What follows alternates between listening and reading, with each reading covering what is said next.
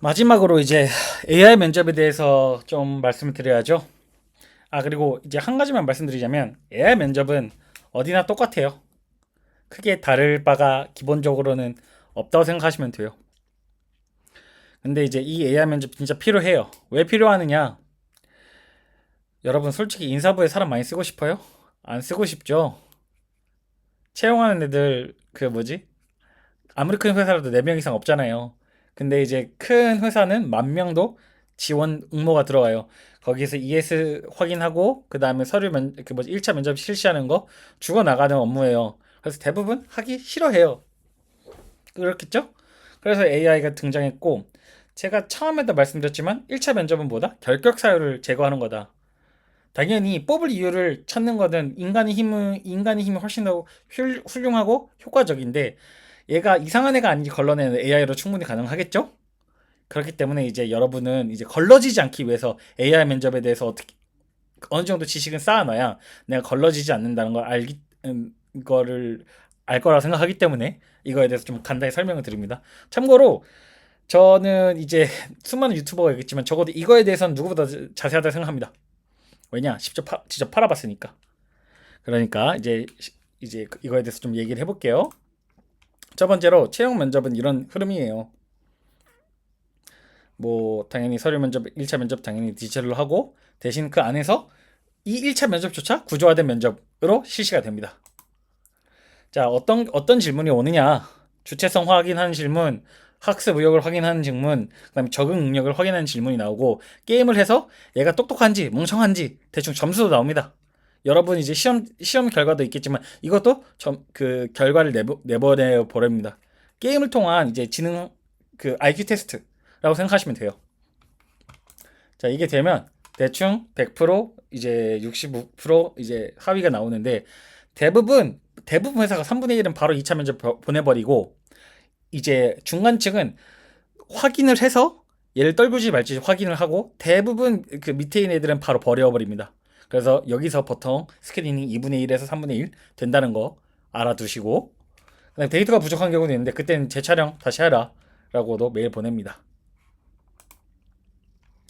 그래서 실제로 점수가 어떻게 나오냐 이런 식으로 나옵니다. 여러분 지원자 여기 있겠고 이제 완료됐고 점수가 몇 점인지 절대 점수는 얼마인지 상대 평가가 얼마인지 이렇게 나와서 아까 말씀드린 대로 67% 이상이다 2차 면접 바로 그게 안 되면 떨군다 이런 식으로 진행합니다. 자, 그래서 뭐 대충 뭐 보냐? 적응력, 신뢰성, 문제 해결력, 관계 형성력, 학습 의욕.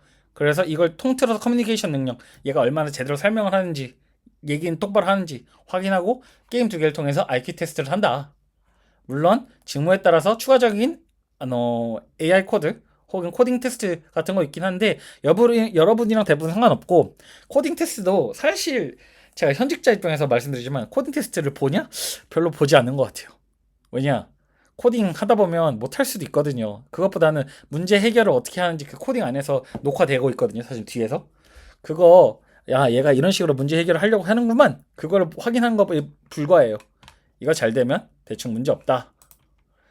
어쨌든 그래서 사람마다 점수가 나오고 어떤지 대충 나오고 해서 뭐 점수 나오고 해서 그리고 이런 말은 묻긴 뭐한데 이거 어떻게 평가하냐면 행동 사실이라는 거에 초점을 맞춰요. 그래서 남이 시켜서 하는 거면 레벨이 낮고 내가 혼자서 그 한 번만 이런 행동을 했으면 2점이고 이제 이 똑같은 행동을 3번 반복, 4번 반복했으면 복수 행동이라 해가지고 점수가 높고 남들과 같이 이 업무를 진행했다 하면 협력적 행동에서 4점이고 이제 이 업무 자체를 좀 바꿔버렸다 혹은 개선을 했다 하면 변혁적 행동이라 해서 점수가 올라가요.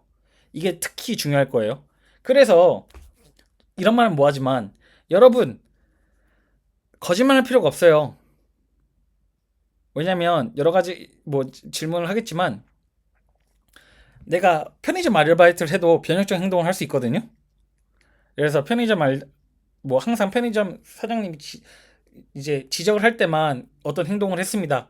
하면 점수가 1점이고 지적을 하기 전에 몇 번 바꿔서 더 그 개선 사항을 실행했다면 복수 행동은 3점이고 그럼 이제 일을 하다 보면 어쩔 수 없이 좀 힘든 상황이 왔을 때는 사장님 불러가지고 같이 일 행동했습니다 해서 4점이 되는 거고, 이제 나도 오래 있다 보니까 어떻게 하면 더 좋을지 알아가지고 미리미리 재고를 스톡을 한다거나 재고를 넣는 방식을 바꾼다거나, 아니면 이 제품을 옮길 때는 힘을 줘서 옮겨도 되니까 맨 위에 놔둔다거나 맨 아래에 놔둔다거나 집기 편한 곳에 자료 옮겨놨다 하면 변혁적 행동이 돼서 점수가 높은 거예요.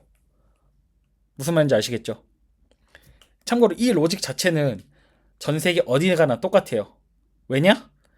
HR Tech라는 이제 컨퍼런스가 있어요.